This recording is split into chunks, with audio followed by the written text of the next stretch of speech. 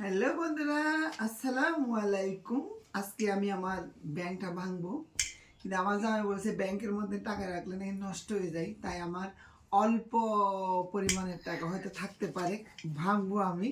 কিন্তু টাকা কত হয়েছে টাকা দেখাবো না, তাই আমি আজকে ব্যাংক ভাঙবো।